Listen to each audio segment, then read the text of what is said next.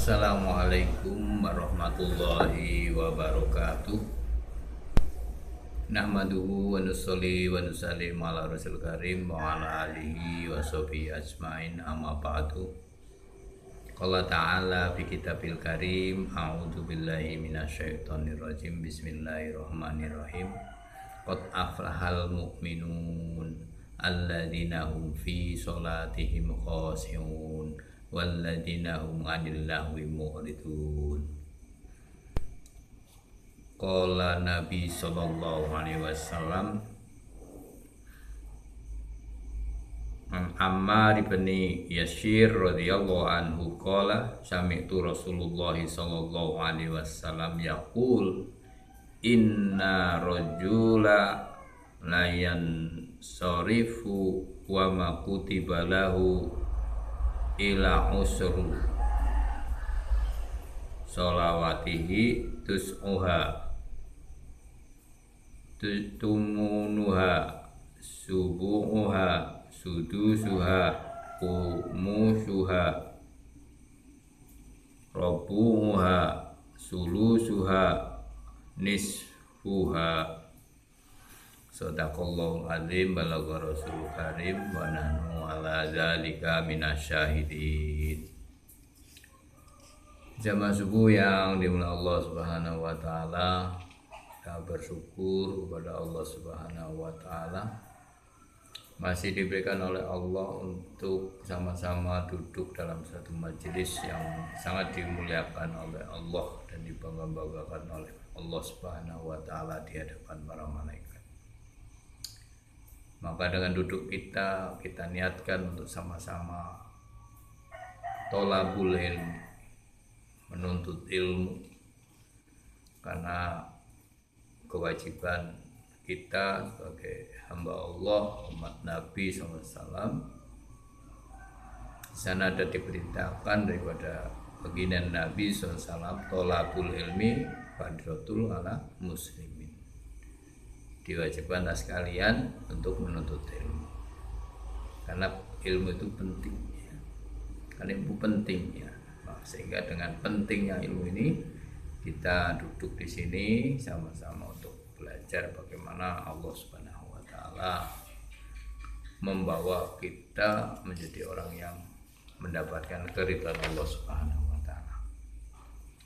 Dalam keterangan yang disampaikan oleh para sahabat, Ammar bin Yasir radhiyallahu meriwayatkan bahwa beliau mendengar Rasulullah SAW, sesungguhnya laki-laki setelah selesai sholat ia akan mendapat pahala 10, 1/9, 1/8, 1/7, 1/6, 1/5, 1/4, 1/3 atau 1/2.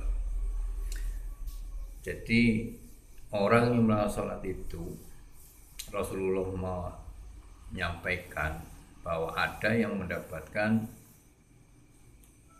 pahala 1/10, ada yang 1/9, ada yang 1/8, 1/7 dan sampai 1/2.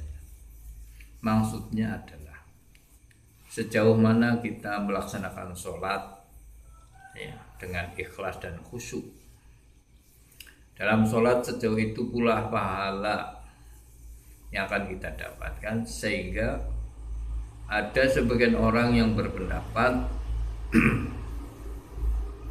1/10 dari pahala sepenuhnya, dan ada yang setengahnya, dan ada yang lebih rendah dari 1/10, dan ada yang lebih tinggi dari setengahnya.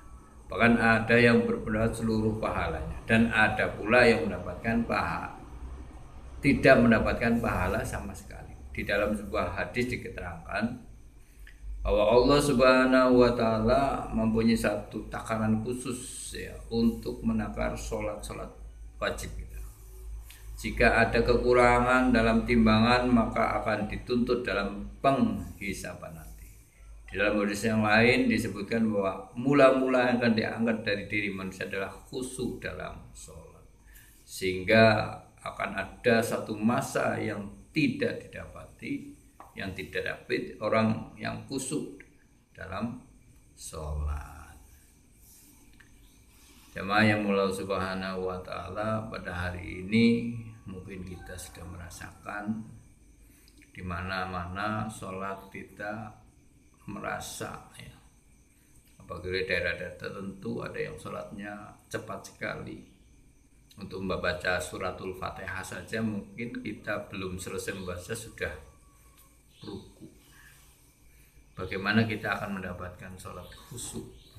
Sedangkan apa yang kita baca ini sekedar hanya membaca, walaupun itu mungkin salah satu daripada syarat rukunnya untuk membaca suratul Fatihah. Tapi kalau kita meningkat lagi, bagaimana bacaan kita di dalam suratul Fatihah itu adalah suatu komunikasi antara hamba dengan Allah, maka perlu sekali diperhatikan dalam suratul Fatihah. Jangan sampai kita membaca suratul Fatihah tapi tidak tahu maksudnya, sehingga sholat kita menjadikan hilang rasa khusyuk kita. Pada hari ini maka kita akan kembalikan ya untuk sholat kita, karena di sana ada mendapatkan ada 10, 1/8, sampai 1/2, dan ada juga yang mengatakan bahwa kita tidak mendapatkan apa-apa kecuali hanya capeknya saja. Jadi untuk bagaimana kita sholat kita menjadikan sholat yang sempurna, maka pertama kita harus caranya bagaimana di awal waktu, berusaha untuk di awal waktu. Dan di mana ada azan dikumandangkan, tepatnya ada di masjid atau di tempat musola ya, masjid di mana di situ ada panggilan azan dan di situ didirikan sholat berjamaah, maka kita sudah menuju daripada sholat khusyuk wal khudu. Nah, untuk sholat kita sendiri mungkin kekurangan di sana sini, Allah Subhanahu wa taala akan tutupi kekurangan sholat-sholat kita dengan sholat-sholat sunnah kita. Maka kita perbanyakkan sholat-sholat sunnah kita agar bisa menutupi kekurangan dalam sholat fardu kita. Demikianlah pentingnya taklim pada pagi hari ini. Mudah-mudahan Allah Subhanahu wa taala selalu mudahkan kita untuk melaksanakan perintah Allah, yaitu dengan kita satu istiqomah ya, dan tumakninah dalam menjalankan sholat.